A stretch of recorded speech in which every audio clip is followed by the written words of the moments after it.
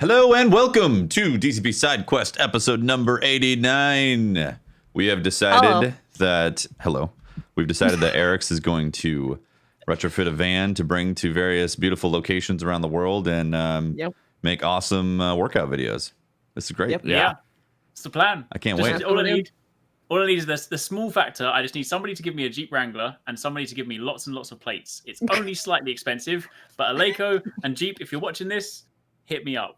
We can make it happen. You got to modify the roll bar of the Jeep to be the workout equipment. Oh, I like that. What if you get sponsored by Craigslist and you can just get like a beat up van to take instead? Does Craigslist sponsor? No, probably not. Oh what would they even do? We'll give you free gas to go to the location to pick up your terrible fridge. Exactly. Oh man. It's so weird in my mind to be like sponsored by Craigslist. You get sponsored by eBay, get like a knockoff Chinese Jeep. Yeah. Oh. Yeah. eBay's always hustling. And Craigslist is like, oh yeah. Yeah, people use Craigslist, whatever. We don't need to, it exists. Do you guys ever use Craigslist? Mostly, My wife is definitely afraid of Craigslist. Nah. Really?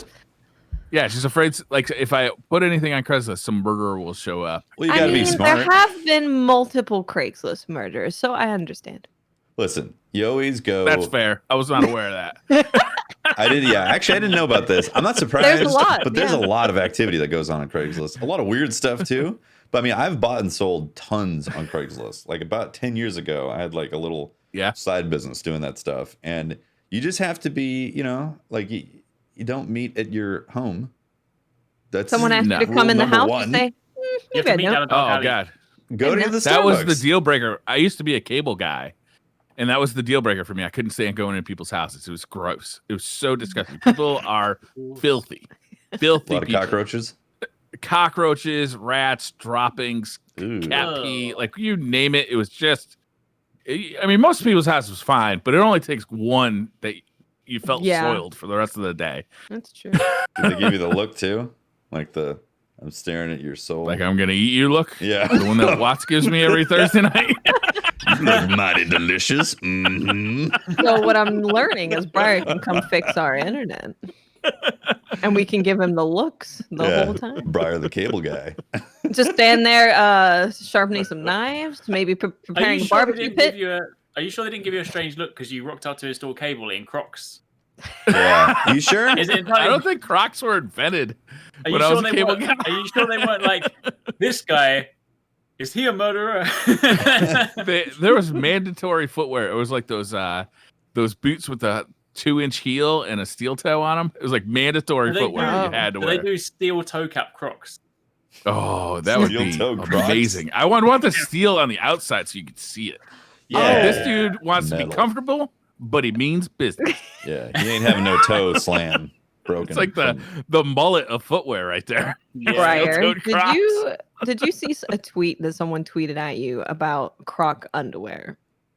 Yeah, I've seen several. Yes. It seems like every time somebody comes across the Croc underwear, they're like, oh, I should tweet this to Briar. This is a friendly reminder for all of our listeners that if you come across Croc underwear, immediately tweet it to Briar upon viewing. Yes. A month ago, it was the truck nuts for Crocs. It was like once a day or so, I'd get a little like, hey, Briar, you seen these guys? Yeah, I'd seen them. Yeah, bought them off of Craigslist. Almost got murdered. I got Croc nuts. So I'm good. But it was worth it. Yeah, I've been using eBay a lot though lately. So my wife won't let me do Craigslist because she's deathly scared of it. But I use eBay a lot because it's all over the true crime. Right. All women do. I don't know. It's a thing. I don't know why.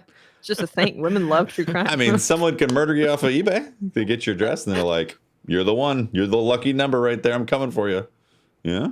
Yeah, I guess they could get your address, right? I suppose I should probably use like a P.O. box or something. To a P.O. box. Use a fake address. They'll never know. Yeah. But I sell stuff more than I buy stuff. Well, that's not true. It's probably 50-50. Yeah. I haven't used eBay in a long, long time. I actually just recently thought about this. I was like, I wonder if my eBay account still works. Because it's been like 10 years. I can guarantee it. Yeah? Yeah, that's where I was too. It'd been like the last thing I bought was for like a car that I haven't had in like 15 years. And then I started using it again and it was I had to update like the payment information and all Yeah, that of stuff, course, but the yeah. account was still there. But yes, I've sold a bunch of stuff like graphics cards that I wasn't using anymore. Obviously those are going for a lot of money, and like some stuff that I'd ordered and then it wasn't exactly what I wanted it to be. So I just put it on eBay and got like, 80% of the money and paid for it back, or depending on how rare stuff is right now, you actually get like twice as much as you paid for it. Mm-hmm. Like the Analog NT got re-released on Friday, and it was sold out in like 20 minutes or an hour or something like that. Dang. That's the Super Nintendo analog device. Yeah. Luckily, I got one, but that thing goes for $400 online on eBay, and it's $189 if you get one new from the company. God damn. And the only reason it's that much is because they just can't make enough. Yeah, it's a weird market. When is it gonna stabilize, man? I don't know. I mean, there's that semiconductor shortage. There's been the drought in Asia that's slowing down production. There was that boat that kind of just shut down international shipping. The boat. the most infamous shipping barge ever. Wait. What? Because I think I've been in such a content like drought that I've missed like things in the world. And all I saw about a boat was random memes coming up of people just like being like, "Why is this boat stuck? Like it could just like I don't. What was the context? Like I completely missed. It run aground. It ran aground inside the Suez Canals, and it blocked the Suez Canal, which is like the main.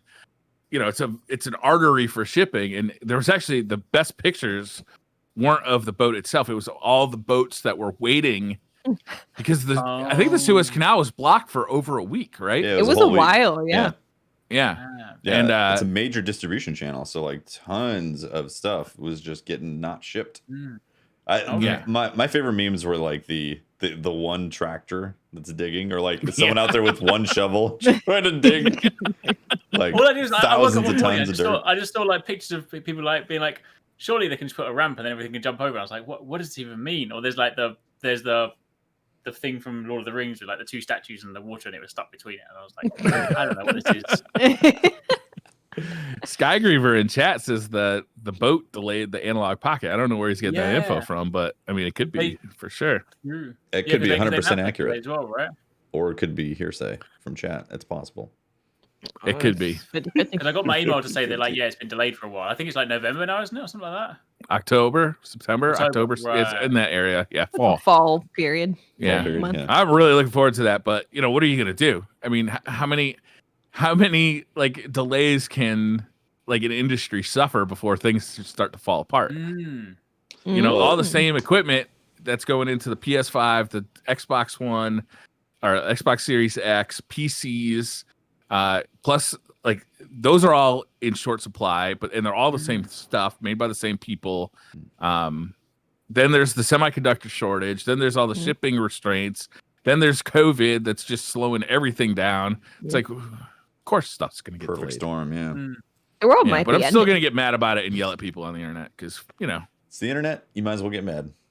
I got a caps lock key and it's not gonna get used by itself. You know what I'm saying?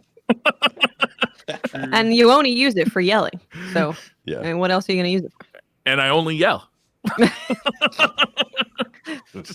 as well just leave it taped down. I know something that Eric's likes to yell about. What's that? Monster Hunter. Hey, it's true. It's true. I know. I missed it. I can't believe I missed the. To be fair, at least now I've sunk over 200 hours into it. But like I missed the post-launch show. Have you guys spoken about it at all? Are you guys enjoying Not it? Once. How are you like? I never didn't heard speak of it. about it What are once. you talking about? No. New Monster Hunter. What are you crazy? For the Game Boy? That doesn't make any sense. Yeah, have you seen that? Have you seen that concept art someone did for like a Game Boy Monster Hunter? It looks so cool. I would love to see it. I did not see that. That make Monster Hunter like a demake of Monster Hunter. Yeah. They did like a little kind of like it always looks like a Zelda style sort of pixels and stuff. That's cool. So after 200 hours, what is your review of Monster Hunter? Yeah, Is it worth playing? Should I buy it? Like, should I get it? This is the perspective we didn't have, right? Because we've done like first impressions. We've done like now we've reached endgame, but we haven't heard from someone who's 200 plus hours. Yeah. It's all right. No, it is genuinely like I think it is my favorite Monster Hunter experience that I've had to date. Really? Even though obviously like there's still, you know, it's weird to kind of compare them because obviously this is a base launch, so you know we're not factoring in DLC support, we're not factoring in obviously all that stuff. But even so, like it's just super cool. Like there's just so many things that I just love about it, and I think it's just really fun. From like there's so many small details as well, like things that things that in previous games that we might have sort of taken for granted, or like in previous games, you know, you go into a map for the sole purpose of hunting a monster. Sure, you can go and like mine and stuff, but like now there's like little relics hidden around and things you can collect and all these different like little sort of. I know there've been other like collectible things to a degree, like World had like go around and photograph the endemic life or catch the endemic life and that kind of stuff. But I feel like they've just put so much personality into like every corner of this game. Like the village is so cool, like all the different things you can do. And then even though like even difficulty wise, it's I always find difficulty a weird thing to kind of talk about because I've been playing Monster Hunter for a long time, so naturally every game you get like you as a if same thing as if you play like all the Souls games, then suddenly a new one comes out, you're not going to get clapped as much as if someone's never played it. So for me, like difficulty there isn't as much, but I also didn't expect to because it's a high rank game, right? But I'm having so much fun with it, and although I'm at end game, done all the things necessary, and like there's not the same kind of it's more of a traditional end game loop in that like much more kind of harking back to like older Monster Hunter games where it's just like, hey, your loop is make some armor, make some weapons, find a few charms, things like that. Whereas it's not like the World and Iceborne kind of tempered grind or things like that. So if you compare them one for one, then maybe the end game loop might not look as fleshed out. But honestly, the fact that I'm still just jumping in and messing around with things and like all the different things to unlock for weapons, all the different switch skills, I've always been someone that uses most of the weapons to a degree, but I find like I'm using a much broader variety, even more so in Rise, partly because obviously I'm trying to work on tutorials, but also just because like I just feel compelled to do it. I'm like, oh, here's a cool new skill. Let me mess around with it. So yeah, I'm loving it. Do you think the weapons are better in Rise with the like the skill sets? Like the different skills you can get for the weapons and like the variations that they've done with that. I personally do, yeah. I think for some of them, especially like some of them, I feel like they are the best iteration of the weapon we've had because like it's almost like a kind of like a best hits thing. Like it's taken World as a foundation, which was fantastic, and then it's taken some of the things that like people really like from Generations. Like, oh, here was a cool hunter art. Let's find a way to like weave that into something you like, or let's take like an animation from this cool thing. So it's taken. There's some like really cool nods to like previous games that people like really like, but you still got the really solid foundation that I think World did a great job of doing because it's like. I've been playing Monster Hunter for a while, so I'm completely fine with the controls. But it's fair to say that if you pick it up for your first ever time, even some of the newer ones, but especially more so the older ones, they have a kind of clunky feel initially until you get used to it. But I feel like World did a really good job of at least trying to sort of like make it feel a little less clunky. It still does if you've never played before and you pick up a greatsword, you're just like, I can't move. Yeah. But like now I definitely think it's a really, really good blend. And yeah, having all those like unlocks and stuff and the way, and I think it's also really cool because pre-launch, obviously we didn't know all the ins and outs. So at first we were like, oh, you're just going to change some of the Silkbind moves, which are like your special moves. But the fact that you've got things that can fundamentally change like core combos, just like an A attack or an X attack, is really cool. So two people can be using the same weapon and they could just be playing it completely differently. Yeah, it felt like it kind of multiplies the amount of weapons that are in the game because of those variations. So it's like 40 something potential variations in there. I think that's really cool. Yeah, the bow is kind of a perfect example of that, where you can play it exactly like World, and if you just look at it, you're like, yeah, that looks like the World bow. But then you have like different charge shot types. You have now exhaust coating you can put back on there, and then you have, of course, all the Silkbind stuff and the fact that melee bow is actually viable because it takes close range coating into consideration. That's cool. Which is funny. Super cool. Yeah, it's great. So we know at the end of the month or end of April we're going to get an update and things are going to expand with it. So I'm like cautious to say end game right now because it definitely seems like we're in the beginning of what it's like we're prepping for endgame. Yeah, it's like it's not truly available yet. It's more like this is the vanilla launch, which has some options, but is definitely a lot more pruned back versus what World felt like. Yeah. Right? Yeah, 100%. Yeah. I guess it's one of those sort of like, it was probably partly like a challenging like development in these kind of current times, probably sort of like made things difficult and whatnot. But yeah, I definitely get that feeling. There's even down to the way that, we're not obviously going to well, the end boss and stuff, but like even down to the way that like it finished, it definitely felt a little bit like cliffhangery. I mean, Monster Hunter's never been like a super like, hey, this is like an amazing story experience. Like the story's kind of hit or miss anyway, but I definitely felt more like it just ended on a weird note where it just wasn't. You didn't get that kind of finish. So yeah, I'm interested to sort of see where it goes. I mean, the fact that even just something simple, just like which we've again never used to be a staple in original Monster Hunter games, but like for quite a long time now, Hunter rank cap being unlocked has been a thing. Just because even if like in earlier games it didn't really lead to too much, like being able to just like build that number up is just something else to see. Like like, as gamers, we just like to see numbers go up. Obviously, we now know that for some content that will then also link with new quests. It'll be like, hey, you need to be Hunter rank 50 for this. So that in itself gives us something else to pursue. So that'll be quite cool. Yeah, because in World, I mean, you hit like HR 100 or something, a new quest would show up that would, get access to some jewels or something like or decorations. And I always thought that was interesting how they played that out. It does seem more streamlined or reduced, I guess, in Rise, but with the intention that it's going to expand over the year. Yeah, because they've said that the story is not over and the actual ending is coming in one of the updates, whereas World was like just a package that you play and then, the main story kind of ended. And then you had Iceborne, which was like its own kind of separate thing. Yeah. But yeah, the true ending isn't in Rise yet. Yeah, exactly. Yeah. So we'll have that to look forward to. And I think also, even if it's more streamlined, the fact that they went back to the traditional format of like splitting out village quests and hub quests, at least kind of fleshed out a little bit more. I think if it was this streamlined with the world system, where like it was all merged into one cohesive thing, you might have blitzed through it even quicker and be like, oh, that doesn't feel like too much. But yeah, I think having that is definitely gonna be like a nice sort of thing to chase. But no, I've honestly, I think it's just been, they've done such a fantastic job with it. So it's I'm excited. It's just fun to play, right? It's just fun to play. It's a great Monster Hunter. Yeah. What is your favorite? Capcom's killing it right now. Yeah. Yeah. Sure. Oh yeah, they're like the developer to beat, right? Like everything they bring out, people are like, oh, this is amazing. Yeah, they're killing it. Yeah. What's your favorite weapon right now, Eric? What's your go-to? You just you pulled out the Switch. You're gonna go on a hunt real quick. Which weapon do you pick?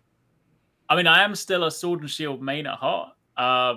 So I put it down for a while because I hit my 100 hunts with it, and I was like, I need to focus on weapon tutorials. I need to do other stuff. So I'm like, I'm gonna leave it for a bit. But it's just so good because like again, they took a lot of the cool stuff from World and Iceborne. Like they introduced Perfect Rush and stuff, but then they put in like all the cool. They've got like the Shoryugeki, which is like your Shoryuken basically from Generations, but it's just like cranked up to the max. So there's some really, really cool combat flow from that. But outside of that, two that I'm really, really enjoying. So Gunlance, I really like Gunlance in World anyway. And Eric's just likes flying with Gunlance. I just like flying. Not so much. Exactly. You can find Eric's flying around the map while people are hunting. Basically, right? You'll be in a hunt and you'll see that I won't actually hit the monster. I'll just be like, I'll fly past it. Then I'll fly past the other way. But because you can unlock the thing called Blast Dash. So instead of charging your shells, you then begin charging, put it behind you, and it basically becomes a rocket booster, and you launch yourself forwards. And then when you get close, you can slam the gun lance down. I have not done that. That's amazing. You can chain 3 together, so you can go boom, boom, boom. It's so cool. It's just insane. Like I do always miss with it, but it's just cool. You got to keep flying until you can hit the monster from above. Exactly. You got to keep going. Yeah, that's the thing. I had a cool moment the other day. Someone was hunting, and I was standing up on the cliff, and I was like, "Don't worry, I'm making an entrance," and I just flew over. I did hit the monster. It didn't actually culminate to anything remotely exciting, but it felt cool to do.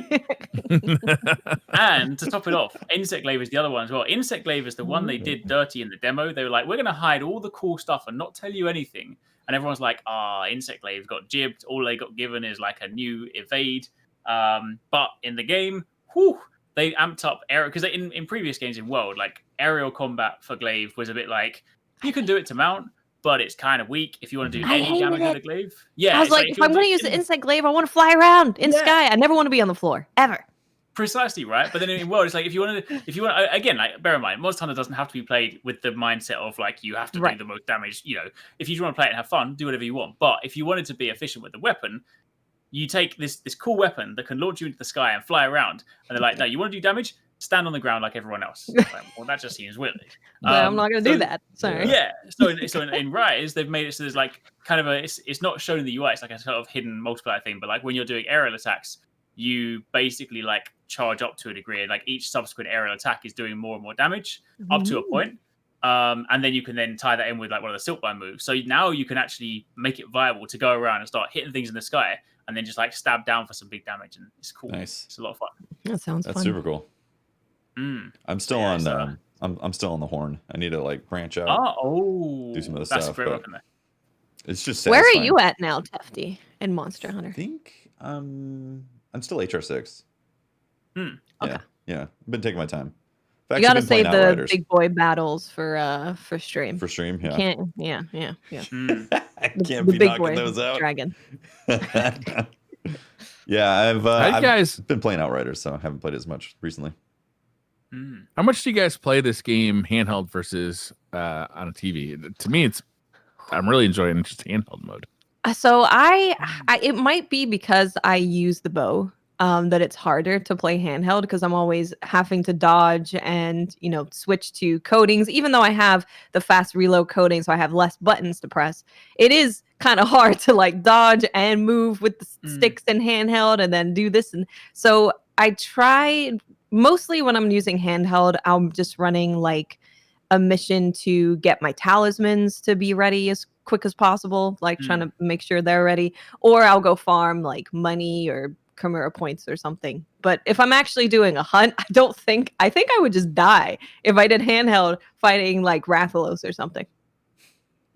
So I do play it in handheld, but it's mostly for like the stuff that doesn't require me to actually perform well. Yeah, so far that's pretty much how I've been doing it too. I have thought about doing like actual hunts in handheld mode. I don't have those additional pads that you have, Briar, to make it more comfortable. I think that would help tremendously, obviously, because like the Joy-Cons, Yeah, they do. Yeah. Suck.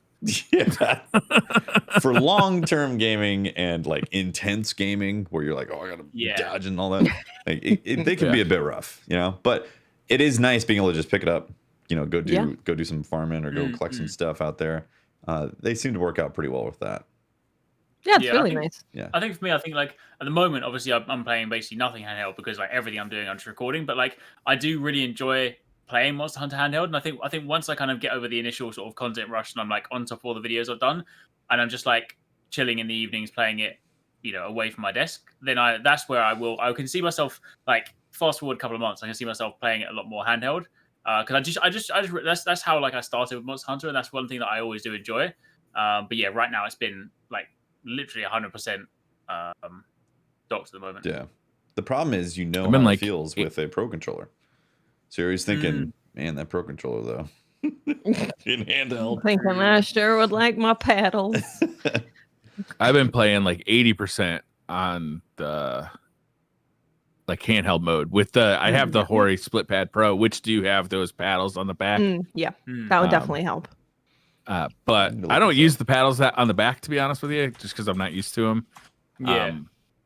But I really like being able to play it handheld because I like being able to sit on the couch, and like Monster Hunter is a game where there can be you can be playing for like an hour, but like for 20 or 30 minutes of it, you're only like half paying attention to it.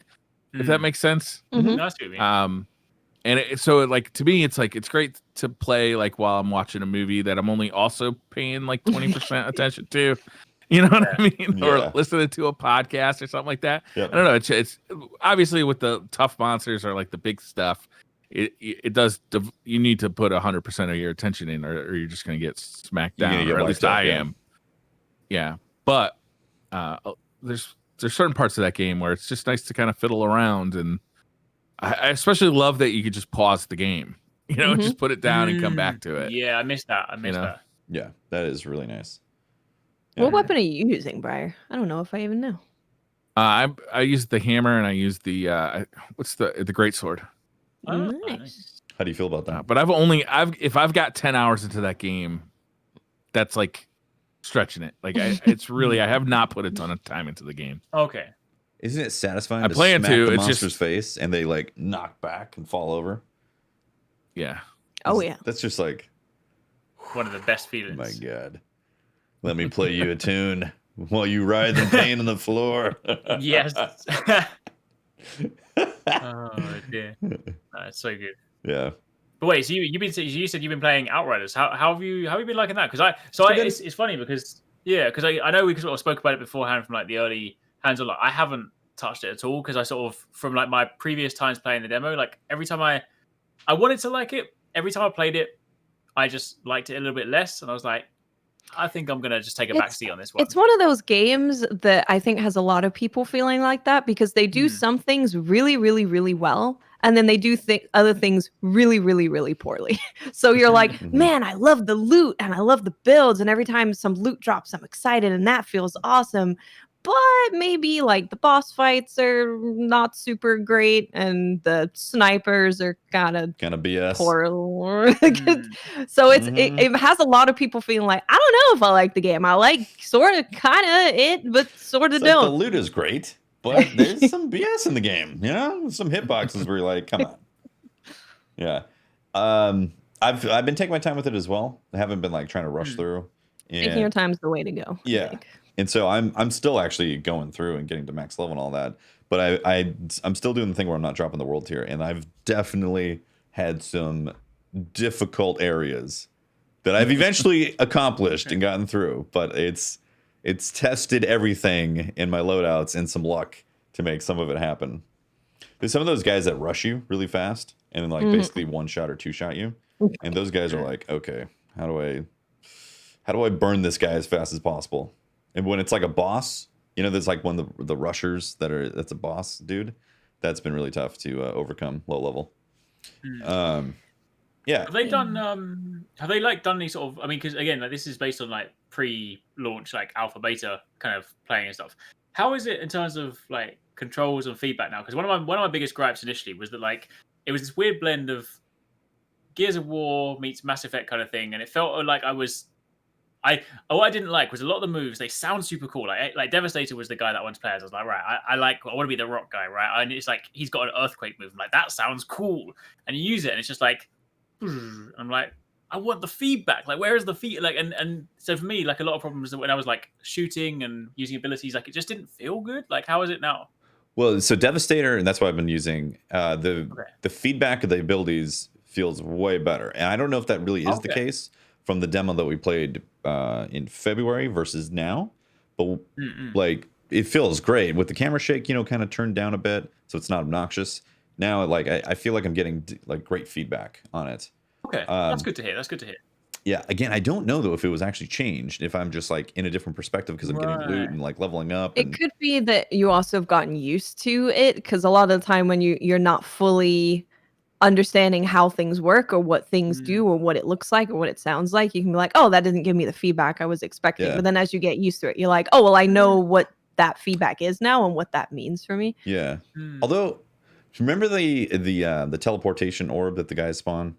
And in the demo, we were like, what is this lag? What's going on here? Bug? There was no real visual feedback when you were getting close to it. At least, again, I don't think there was in the demo. There wasn't, I don't think. In this one, there is definite visual feedback. Like there's a glow that happens, and like you can sense that, oh, there's an orb pulling me that I can't, that's out of my peripheral vision. So I definitely think they have done things to the effects to make it more player feedback, more visual feedback of what's happening.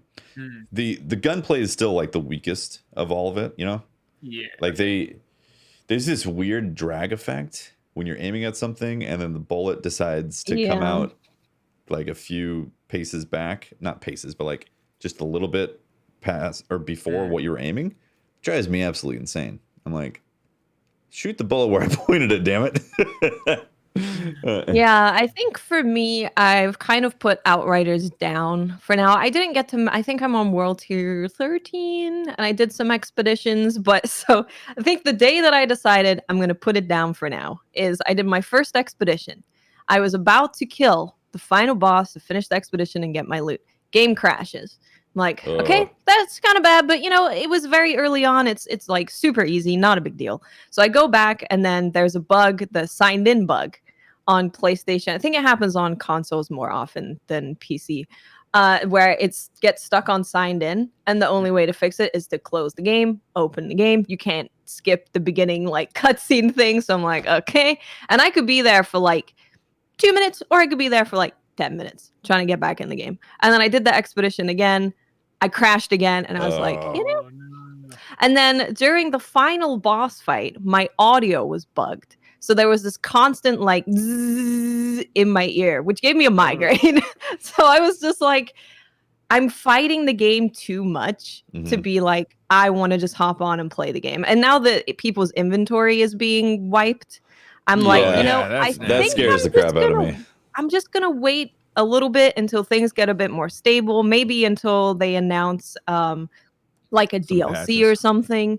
But right now I'm at the point where I love the loot and I love the builds, but I don't really love anything else about it. And the more I play it, the more I'm like, I hate this mechanic. I hate that you decided to do this. I don't actually understand why it's a cover-based shooter, because I think people see that it's a cover-based shooter and don't want to play it, but you're not supposed to play it like a cover-based shooter.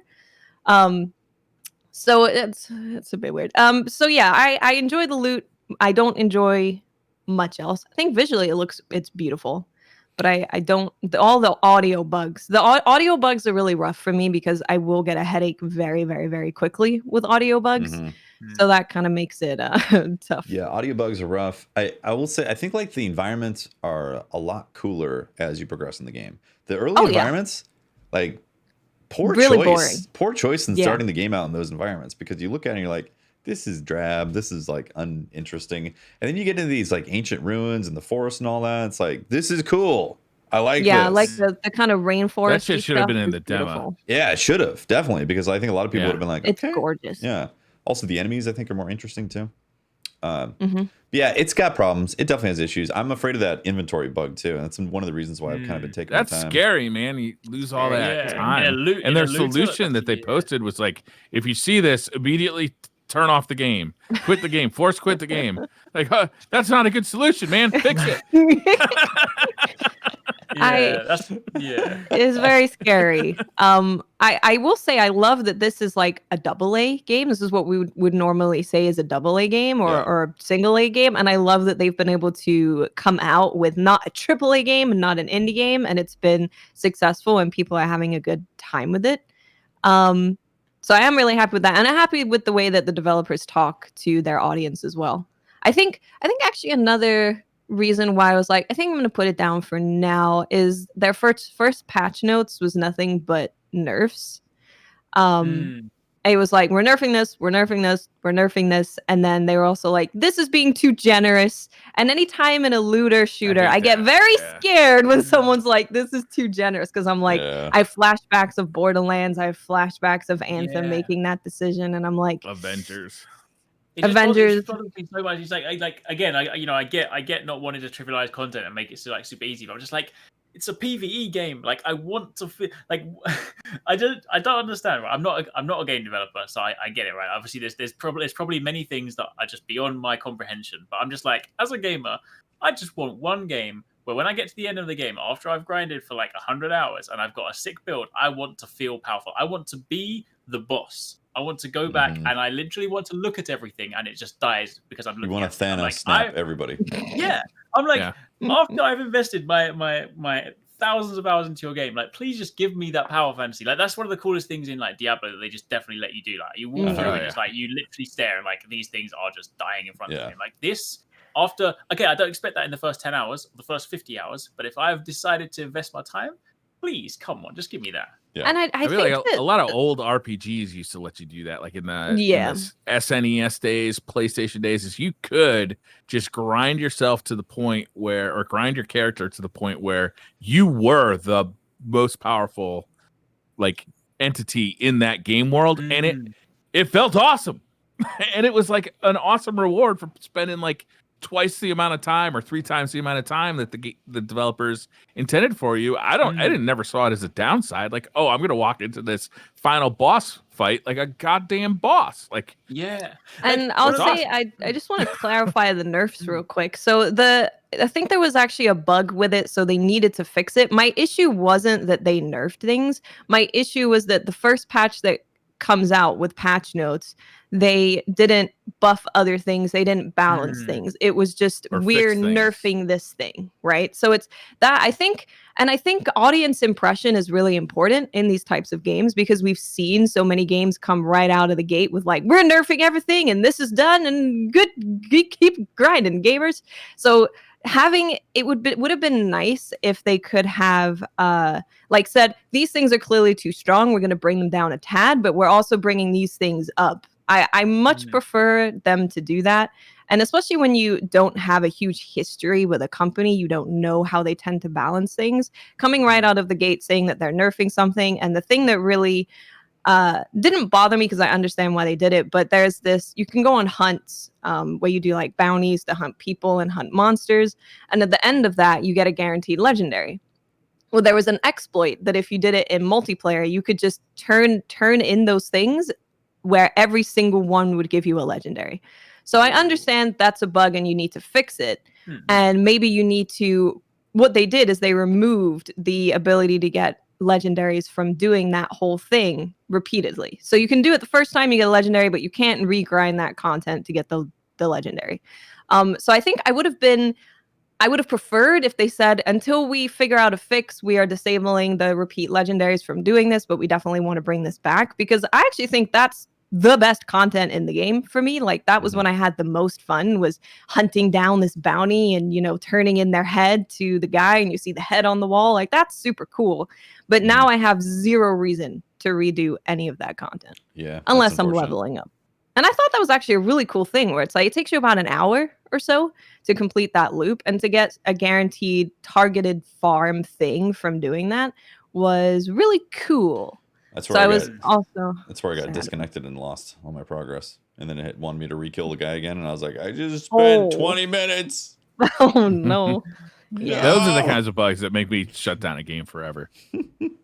Yeah, no, it's tough. It is anything. It is very tough. And like, I've played a bunch of Outriders. One of my longest streams where I was like, I want to just keep going, was with Outriders, because I was having a blast. But it definitely is tough to have that feeling of, oh, I can't wait to hop back on, when you know that you're probably going to crash and there's probably going to be an audio bug and you're going to have to restart it. And like, it just kind of kills the momentum a little bit. I think you got the right idea, though, is to wait a little bit, wait for some bug patches to come out, maybe a DLC, and then see where the game is. You know, I think that's a smart way to play. And for anybody who hasn't bought the game, it's bound to be cheaper by then too. So I think it's a bit of a sticking point. The price of this game, you know, it's a lot for a game that's shipping with as many problems as it is. Yeah. Did you play it yet, Briar?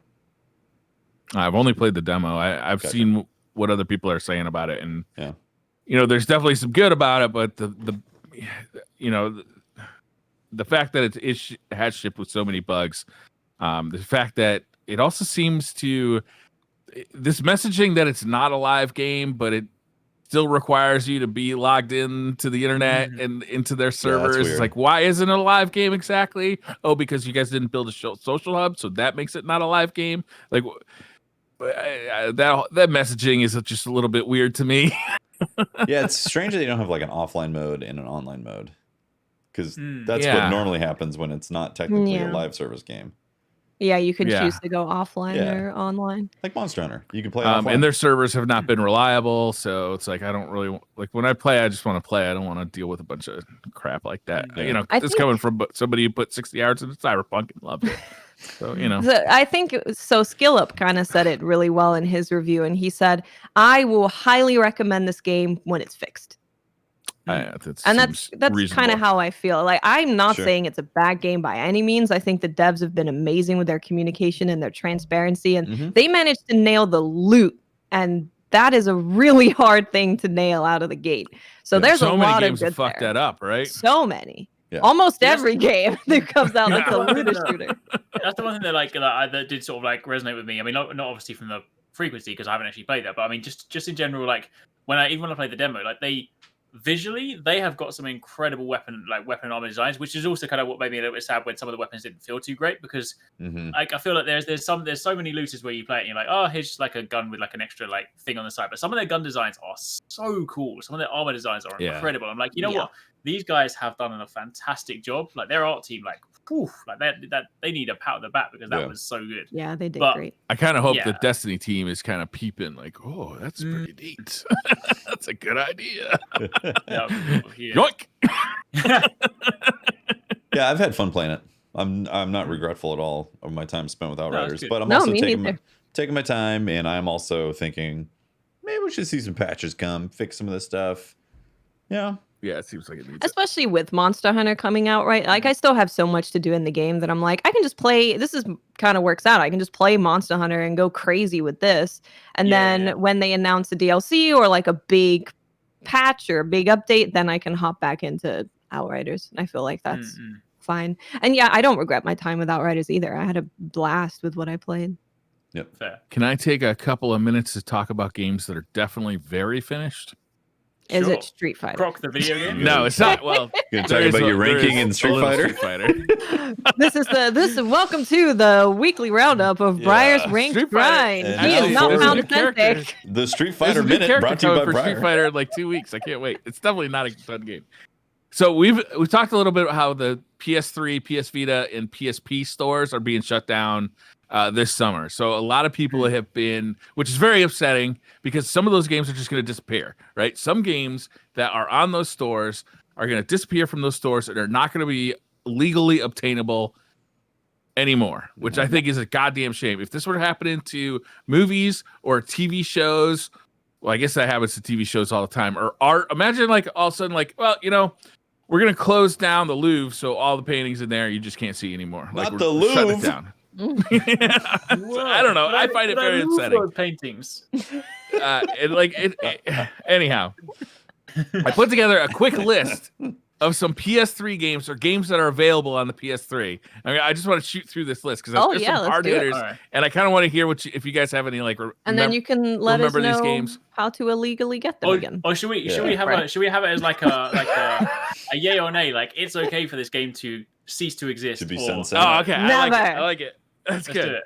Yeah. All right. So the first one is a PS3 native game. It's never been released a hard copy ever. So the only way to play this is to go to the PS3 digital store and download it today. Wow. I've been trying to do it all day. I can't get the checkout button to work. It's called Hardcore Uprising. It is a Contra game, but Konami at the time didn't want to use the word Contra anymore. So they didn't put the Contra title in there. Probably why it didn't sell very well, and not many people know about it. But it's a very good Contra game. Is that because it was Have you guys ever heard of it? Controversial topic. Never heard of it. I never heard of it, but I like Contra. So you know what? I'll put that in the I would download it pile. Yeah. It is very good. It's like $14, so it's not that expensive. I've been trying to get it all day, and I can't get it to check out. Grandia 3 HD. It's the only time Grandia 3 is like it's the only place you can get a Grandia 3 HD. I love the Grandia games. Yeah, they're very good. They're great. Tomba 1 and 2. These are actually PlayStation 1 games. Do you remember how you could download the PlayStation 1 classics on the PS3? Yes. Yep. That's not something you could do on the PlayStation 4 or PlayStation 5. You could do that other service. I think it's called PlayStation Now to play those games. But these, you could actually download them and put them on either your PS Vita or your PlayStation 3 and download and like have an actual copy on your system. But those games are very expensive if you want to get a PlayStation 1 physical copy of. But for $6, you can get them on PlayStation 3. Apparently, Forcado has a CD from PS1. He's in possession. That's probably worth quite a bit of money. eBay. Briar's like, eBay. sell it to me for $30. I'll give you $1.50. Meet me at the Starbucks. Speaking of very expensive, the Suikoden. I don't know actually how to say these. Suikoden or Suikoden RPGs. Do you guys know these games? 1 through 4, 1 and 2 alone go for $500 if you want to play them on a PlayStation 1. You can get them for $6 a piece right now on PlayStation 3 for a limited time only. Beyond Good and Evil HD. It's the only place it's ever been released was on PlayStation 3. Mega Man Legends 1 and 2, as well as the Misadventures of Tron and Bon. Tron and Bon is like a $300 game. Klonoa, Door to the Phantom Isle. Yeah. Another very expensive game. I think it's over $100. Klonoa was a really good like a platformer. Do you guys remember that one? Yeah, I remember that one. I didn't play it, but I know the name. Yeah. Vagrant Story. Klonoa. I know the name. I don't think I've played it. I think I played that game. Vagrant Story. Yeah, I think so. Let me check. It's I definitely Square played RPG. this. Yeah, I definitely played this. This was great. This was a great game. I enjoyed this game a lot. Okay, so this one, 2 fighting games, Darkstalkers Resurrection and Street Fighter Third Strike Online Edition. These 2 are special. Obviously, they're old video games, old arcade games, but they're special because they were released in a form. They're redone by Iron Galaxy, and they have online play, but they also have like full featured training modes and like all that extra stuff that you get in modern fighting games. Because one of the hard things about going back to those old fighting games is they didn't have like training modes or anything like that, so it's hard to learn them. You know? Yeah. So those I think are $14 a piece. Strider 2, the sequel to the Genesis classic Strider, for the PlayStation. This game is phenomenal. It's extremely rare and very expensive, but I mean it's really good and it's worth $6 to go and get. Like, it's really good. It comes with Strider 1 with it, and if you beat Strider 1, you get more Strider 2. There's like DLC for Strider 2 on the disc. That's cool. Marvel vs. Capcom 2. This one, unfortunately, you cannot buy anymore. It's been delisted off the PlayStation 3 store. Really? But if you bought it when it was new, it's probably worth downloading and just putting on your hard drive just in case. Castlevania Harmony of Despair was a 2D Castlevania, but it was multiplayer. Wow. So you could play Castlevania with your friends. This PlayStation one was special because it had couch co-op. It's cool. Guys, none of these are ringing a bell, are they? Some of them, like vaguely. Some of them, the weeby ones, I'm like, oh yeah, I played that. You know, a game that I haven't heard on your list yet, unless you're still going alphabetically through it. I know there's a PS4 upgraded version, but Super Stardust HD. Yes, was a fantastic game. I love that. So that was one of the first games that I got so close to getting a platinum trophy with. You can get Super Stardust Ultra on PS4, but Super Stardust HD. That's the only reason I put it on the list is because it does have a PS4 version. But you're right, that game is phenomenal. Yeah. So does that mean it is a great game?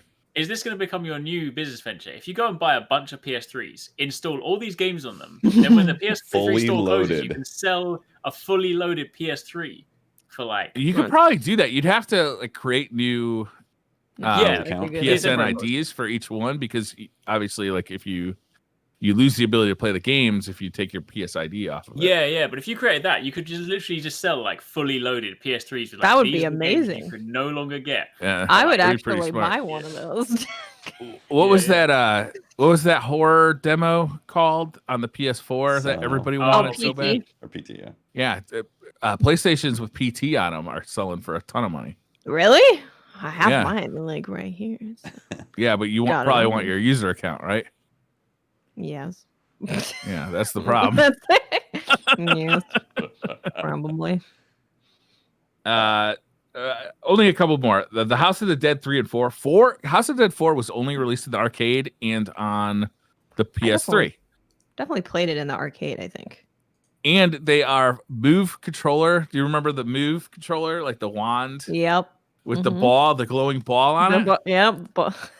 Those are the light guns for it. So they're actually a light gun game on the PS3. And if you're unfamiliar with House of the Dead, they are stupendous games. And 4, like, there's no other way to play 4. Motorstorm Rc, which was a Micro Machines take on the Motorstorm franchise. Yeah. So that's a real good one. That one's super I miss fun. Micro Machines. That's right. Such a, yeah. You know the thing about Micro Machines is, like, every time you picked up the first 2 races, you just be like, you had to program your brain to, like, because it controlled in a really wacky way, and you would just always go off the track. But then after 2 races, you were just like a master drifting every corner. You're like, this is the greatest. And everyone got into them. Couch co-op game. Yeah, everyone could get into them. It's like, appeal. Do you want to play in a library? I like libraries. You want to play on top of a table? I know what a table looks like. I love games that do that. I love games that you take place in like giant versions of places you know. I remember there used to be a Doom level that took place in like a kid's bedroom. And there were Doom guys running it was a multiplayer level. There were Doom guys running all over this kid's bedroom shooting at each other. It was amazing. That's why I liked the Disney game where each place you like went into a goldfish bowl, and now all of a sudden you're in a water level, or you went inside of a book and now you're in a different place. I loved that game. Yeah. I love stuff like that. Yeah. Mario 3. There should be more of that. Yeah. Mm-hmm, yeah. Mm-hmm. When you got to the big world of Mario 3, it was like, this is blowing my mind. Everything is so different now. Yeah, that's most of the list. And there's a ton of games. There's a ton of YouTube videos and articles being written like in the lead up to this too. The PS Vita has a ton of games. Also, there's a lot of the games that you buy on the PS3 and then can share over to your PS Vita, like especially the PS1 games, which is really a nice thing to do. So if you still have a PS Vita kicking around or two, and has Xbox sunset titles where you can no longer acquire them from the marketplace? Not that I'm aware of, but they did turn off Xbox Live for the original Xbox, so any games that required online services don't work. Right.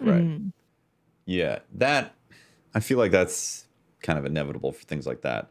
But when it comes to these titles that are like arcade releases or, like the Hardcore Uprising. Apparently Hardcore Uprising is actually on Xbox Marketplace, by the way. Great. Yeah, looked it up on there. It's also $15. That's probably the better place to buy it then. Yeah, for sure, because it's going to be maintained. Right? Yeah. I just don't understand why Sony wouldn't take some of these resources and put them to letting that library live on a Sony service. Like makes PlayStation Live or what's it called? The PlayStation, is it PlayStation Live? PS Now, PS or whatever. Plus. PS Plus. Make the PlayStation service more valuable with past titles that you can't acquire anymore on the PS3, PS2, PS1, or the Vita. Make them available for the PS5 and all that. Like it's such a no-brainer. They don't seem to be interested in it at all. I mean, crazy, they've right? come out and made statements over the last few years that, like, literally saying, "Why would you play any of this stuff anymore? It's so old." Like asshole. Yeah. Well, that's coming from like the head of like the president of Sony or call it like he sees it. PlayStation brand. Yeah. So I got a lot of fear in my heart about Sony right now because they're doing a lot of moves that just make me like real unsure about what the future of PlayStation is going to look like. They shut down Japan Studios, which is a world-renowned studio. Yeah. Yeah. When was this? I completely missed. This was like a month ago. What? Yeah. They make like so many of the fantastic. What? Whoa, no. I mean, they made Bloodborne, right? Or had a. I think they were heavily involved. Had a hand in. I think that was their thing, right? It's like they used to make games by themselves, and then they became the polish, right? It's like when you needed a game to just get a little of that extra something. They were the like fixer. That, a little of that. Call in the fixer. Maybe, but the games they that have their name on it are all super hits. Yeah, like they helped remake Demon Souls for PS5. Yeah. Wow. I was pretty devastated. Weird. About that. What is going on? Like, it just seems like it's like when Xbox was like, we're gonna focus on television. It feels exactly like that. It feels exactly like that. Like, okay, we're not going to worry about like the smaller stuff. We're just going to focus on the big hits, right? And then we're not going to worry about like, I mean, if you go back, if you still have a PlayStation 3 around and you actually like try and like log into the PlayStation Store, first of all, you have to log into your PlayStation account on a PC and turn off two-factor authentication. Wow. That word. Yeah. Authentication. That's it. Scrambling my brain, Briar. Because it hasn't even been updated to work with that system. So you have to turn that off, and then you want to turn that on right away once you've downloaded your stuff.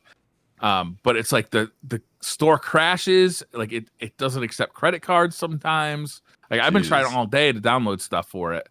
Now that you told me it's available on Xbox, I'm just going to go over and get it on the Xbox because I've never played this Contra game. I love Contra games.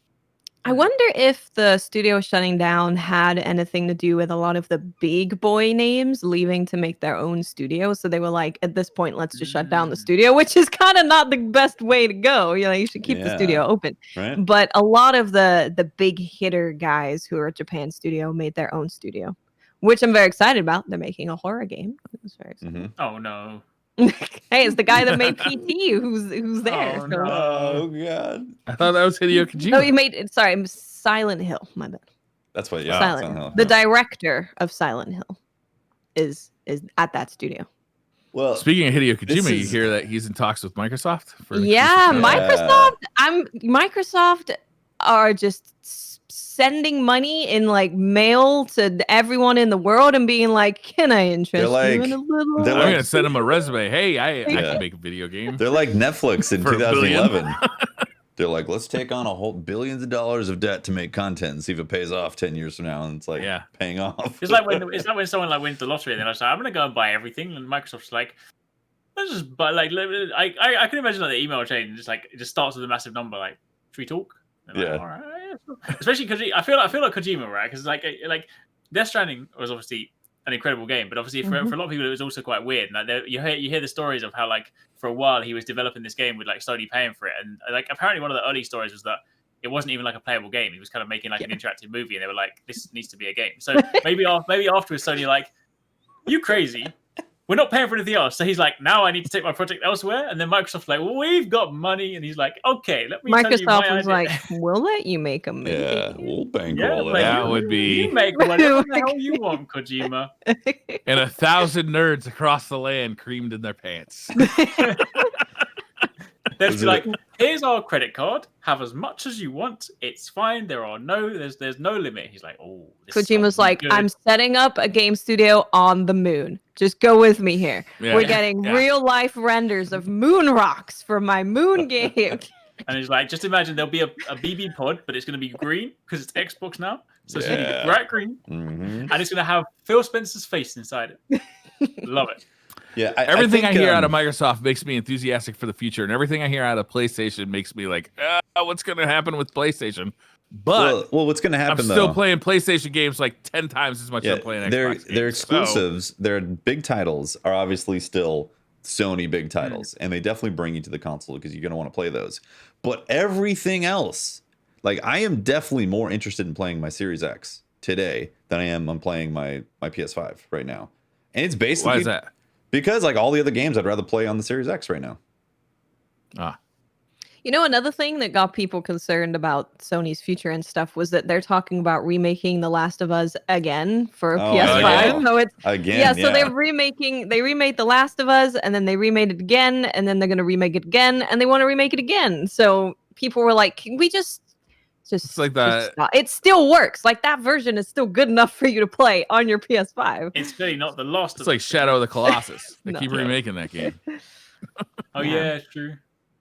So people were like, are you now just focused on the big, massive titles and remakes of those massive titles instead of, because, you know, Sony's always been the developer that did a lot of indie game stuff. Like they were always supporting indie game stuff. So I think that's also what concerned people is people love that about Sony. Yeah. Drop The Last of Us remake version 2 and get your asses onto Bloodborne at 60 FPS. Yes. That's what the world needs. That is the hero we deserve. That is what the Or just give us God of War Ragnarok. Accelerate that. That's what we need. Yeah. Yeah, I mean, there's titles that are obviously exciting. About that? Are we still expecting that this year? I mean, there hasn't been anything since them literally just saying 2021, but I feel like everything is it's that weird thing. Like obviously last year was obviously weird because we had all the lockdown stuff, but like people found ways to work around it. I feel like this year is kind of because everyone had all the projects in process before. They were like, we just need to find ways to finish it. Whereas now I feel like now that those projects are done, they're just like, now we need to do it everything from the start. And I feel like this is a really weird year where like, I mean, there have been some games that have come out, but like outside of, I mean, okay, for me, like it's just basically been Monster Hunter this year. But like outside of that, it just feels so weird to be in a timeline where like I don't really beyond, you know, now have any predictions for like what's coming out. Like, you know, we normally be like, oh yeah, you know, May and June, and this is what we got lined up. I'm like, outside of knowing that we got a Skyward Sword remake coming, and we got a few other couple of things on the horizon. I don't even know what we're doing. Yeah. Resident Evil. Yeah, for me, Resident Evil is the big one. Games? Yeah, I'm super excited for Resident Evil, but I feel like there's a big question mark as to what's going to happen with like the rest of the year for releases. Obviously, there's going to be some big stuff that's coming, but it does feel very nebulous, you know, where you're not really sure. And also, there's this strange adoption of the new consoles because you can't buy one if you want one, or if you have the money for it, you can't buy it. And there's some people have got it already, but like, you know, I don't know what the numbers are on that. And so you got a bunch of people that are still trying to get into next gen that can't because the availability just doesn't exist. So that creates a weird environment right now for new releases. Like, right? What if your game is targeting the PS5 or the Xbox Series X? Yeah, that's what I was gonna say. It's like if you're making a game and you're like, okay, well, the consoles are going to be out well ahead of our game release. Let's just target that and go all in. And then they're like, crap, I guess we have to make it for last gen too, which is, I guess, kind of what Resident Evil is doing, because they initially were only on next gen. They were only going to release this new Resident Evil on next gen, and then they're like, we found a way to make it work on last gen, so we're going to release it there too. We flip the switch. Turns out they're not that different. Yeah, it's strange. Hey, Vampire Lady's ass looks way better on PS5. More detailed, higher texture. I don't know. types. I like low poly ass myself. So aside from like the big titles that are coming out for PlayStation, all this news though about how they're treating their past libraries and content is extremely concerning. You know, it's because of the ecosystem that you invest into, and that's also another reason why I feel like with Game Pass and Xbox, like they haven't burnt me recently. You know? Yeah. And I feel just better about choosing to play the titles that I can play on the Series X right now. Yeah. Also, like, I like to pay developers for their work. Like, I will turn to piracy given the inability to do so. If I couldn't play hardcore any other way, then yeah, I'm going to steal it because there's no other way for me to get it. It reminds me of music in the early 2000s. It's like, it's way easier to just download it than to, you know, but for this, like, yeah, I'm going to give you $15, $20 for this awesome game. I can't wait to play it, to be honest with you. But if you remove my ability to pay somebody, like, I still want to play it. You know, it's sad that like people will grow up, and there's people who just will not ever go down the piracy route at all, and they're just going to lose the ability to play like all these awesome games. Like the PS1 Classics program was amazing, and it's really sad to me that that's going away because there are really great games for the PlayStation 1 that are just being lost because they're $500 to buy a disc. You know, it's like it's super sad. There's a lot of people worked very hard and many hours on these awesome games, and they were wonderful. And it's a shame that people won't be able to go, oh, you know, let me look back at some of the older games. Oh, this looks like my type of thing. Oh, I can't play it anymore. Yeah. Or, you know, like I really like this last Final Fantasy. I'd love to see, you know, previous Final Fantasies. That's probably a bad example because they were so popular that you can go to a store and buy it. But still, you got to buy a copy of Final Fantasy, buy a PlayStation 1, figure out how to hook it up to a modern TV. Were most of those re-released on Steam as well? I don't know. I think so. There's been a lot of like Square games that have been put on Steam. There's been a lot of re-releases of Final Fantasy games that are shitty though too. So you gotta be careful of that because they were made for mobile and then ported to Steam, I believe, a lot of them, and I think those are real bad. Yeah. But I don't know which ones are which, and I don't really want to do the homework to find out. I think what we're witnessing is Sony has invested in first-party titles, and Microsoft has invested in infrastructure. And in the long run, I think infrastructure pays off because, you know, all those games from 360 and all that, they're coming forward and you can still play them, so you're not missing out. Whereas that's not going to be the case with Sony because they haven't invested in that. That's not their focus. All of the Xbox consoles, too, were based off of PCs, right? The architecture of the Xbox is a lot easier to port games. And also, Microsoft has found value in porting these games over and even improving them. You know, like people still want to play these games? Nonsense. It turns out. I do. Saying all of this, the next new game that's coming out was Returnal that I'll be playing, and that's a PS5 exclusive. Oh yeah, I do want to play that. Yeah, I'm looking forward to that. I'm excited for it. Honestly, Nintendo just need to release Breath of the Wild 2, and then everyone else can have a holiday this year, and I will happily play that for the rest of the year. With the new Switch, I'll play. That's how I feel about Guilty Gear Strive. Oh, that's it. Okay, yeah. You know, give me those 3 games, right? I'll play Monster Hunter Rise because they'll continue to update it. I'll play Guilty Gear Strive, and I'll actually have the time to invest in a fighting game for once instead of having to battle it alongside other games. And then I'll play Zelda and just live in that world forever. It'll be great. Speaking of holidays, the really touching story that I loved, which we may have talked about, but when Monster Hunter came out, there were so many people taking days off at a Japanese workplace that they just gave them the day off from Monster Hunter's release. That's cool. Brilliant. That's dope. I love that. That was such a nice story. You know, there's a whole lot of bad stuff, and I was like, wow, so many people took the day off from work to play Rise on launch that they were like, you know, national holiday, take it. At our company, Monster Hunter launches their day off. Didn't Japan change the date of a Dragon Quest getting released because so many people were taking the day off? I wouldn't be surprised. I vaguely remember hearing that story or something like that because they had to like check, because they knew it was so popular. Yeah, they knew it was so popular, so they changed the date of it, or they asked Square to change. Not Square. Who makes Dragon Quest? BioWare. Oh wait, Dragon Quest. No, definitely not BioWare.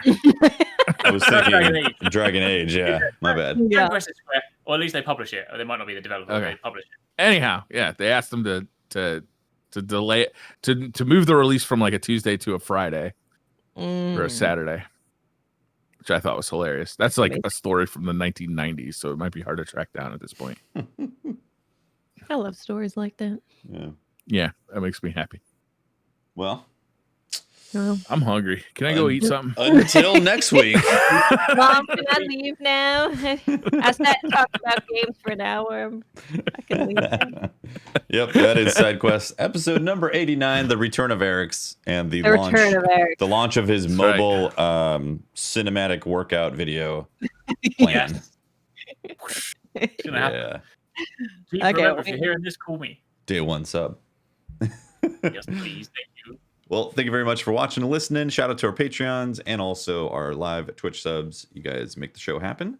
Eric's, where can people find you? You can find me over on YouTube at Arix Gaming, Twitter at Arix, where I will be, surprise, talking more about Monster Hunter. Boom.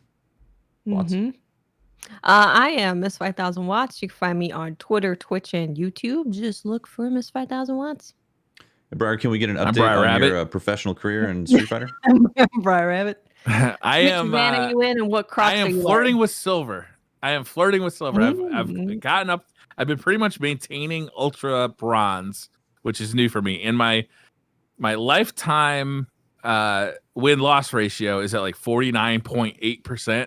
And my last 100 games stays between like 54 to 59% wins. I haven't broke that 60% barrier, which I'd like to do, but I'm getting better. Like the combos are coming out more. Sounds like the joystick is getting better. Oh man, it's just fun to play with your joystick, you know, like in the dark, TV on, just flopping that bad boy around. Yeah. Greasing up the joints. Connecting with other people online who are also doing the same thing. Oh yeah. It's good stuff. Man. Awesome. I'm Teft to Teft. You can talk to me at Teft on Twitter. I do stream every now and then. I haven't been though. When's your next stream, Teft? I'm not sure when the next one is going to be. Demand an answer. I got Tomorrow? a busy week. All right, Tomorrow. It's a very busy week ahead of me. But soon we will play Monster Hunter on stream at some point.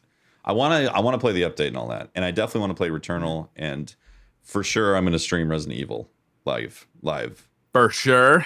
For sure that game. That game I definitely want that to be live. Streaming them like I think it heightens the experience. Also makes me feel slightly less scared. Yeah. Because 100%. I might not buy the game. I might just watch you guys stream it.